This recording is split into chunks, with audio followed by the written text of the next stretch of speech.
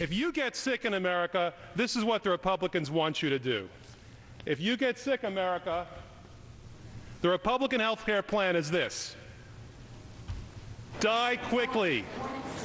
That was Democratic Congressman Alan Grayson of Florida, known for his hard-charging style during the health care debate back in 2009. He lost his bid for a second term in the Tea Party wave of 2010, but now he is back, re-elected in a landslide in November, winning over 62% of the vote, and he's ready to add his greatest hits reel on YouTube. So you get 100% of the upside, and the government gets 90% of the downside, correct? That is what the insurance contract is designed to do. Have you heard the phrase, Mr. Panett, heads I win, tails you lose? So who got the money? To financial institutions in Europe and other countries. Which ones? I don't know.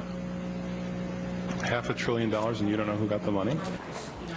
Congressman Alan Grayson joins me now live. He is back and better than ever. Sir, it's good to have you here. And just this week, you were right back at it. You were mocking the 67 House Republicans who voted against disaster relief funds for the Hurricane Sandy victims. You called them, quote, the bath salts caucus, the people that would rather eat your face than cut taxes on the rich. You don't seem to have mellowed out much in 2 years away while you were out of Congress. So which fights are you most ready to pick up now? Well, what's imminent right now is the sequester, which is coming up in a couple of months, and the debt limit. I think that the country has seen that the first time the Republicans took us to the debt limit cliff, it was bad for everyone involved, even them, because the public recognized that we're paying billions of dollars extra on interest right now because of the downgrading of the federal government's debt. That's a product of the Republicans doing what they normally do, taking an issue like this and holding the whole country hostage. So I'm hoping we don't have to go through that again.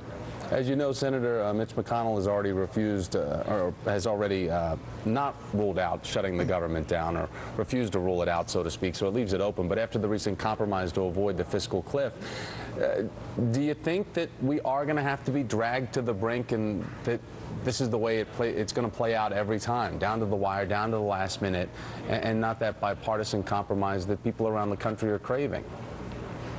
This is completely unnecessary. These are artificial crises manufactured by the Republican leadership in both the House and the Senate in order to try to bring about cuts in Social Security, cuts in Medicare, cuts in Medicaid that the country doesn't want and would never even consider except for these crises that they create. We're not talking about an earthquake. We're not talking about Hurricane Sandy. We're not talking about any natural disaster. It's the disaster created by the Republican Party's agenda, which is highly unpopular and wouldn't ever be considered except for the fact they keep dragging the country again and again into these cliff situations. They're self-imposed, for sure. One thing that is being discussed right now in Washington, D.C. is what can be done to curb gun violence in the country. The vice president helming the president's gun task force.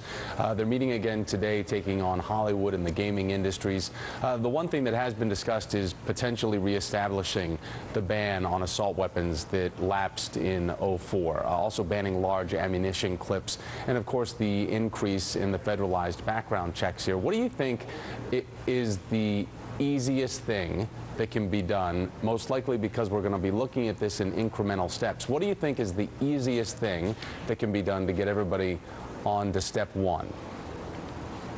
Well, there's a fundamental difference here between the two parties, and it crosses NRA lines, so to speak. The difference here is this.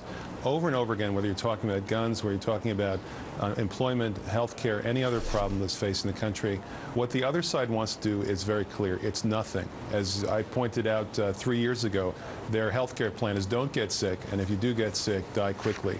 And now we see the same thing true with guns in the wake of a terrible national tragedy. In fact, recurring terrible national tragedies. Their answer is do nothing. They want to instill in us a kind of fatalism and nihilism that means that we can't do anything to solve our problems. When we're talking about guns, we're talking about this. We're talking about keeping weapons and ammunition out of the hands of bad people. Now, this is a problem that society deals with all the time. We try to distinguish bad people from good people. We try to distinguish bad situations from good situations. I don't think our existing laws go far enough in doing that. I think it's obvious that they're not working because they haven't prevented the disasters that we've seen over and over again. Let's talk about what we need to do in order to let me put it this way, punish bad people and keep bad people from doing bad things without necessarily impeding the desire of good people to do good things. You know, nobody wants to take a shotgun into the hands of a hunter who's using the weapon legitimately, but can we find some better way to arrange our existence, our laws as a society, that does a better job in preventing bad things from happening? I think the president thinks the answer is yes. I think people who are rational think the answer is yes. The people who are irrational, who say, don't take my guns out of my hands under any circumstances, you know, those are people who need to rethink what it means to be part of a civilized society. Again, the vice president expected to present his findings by Tuesday with some recommendations. Democratic Congressman Grayson of Florida. Sir, great to have you on. Thanks for your time.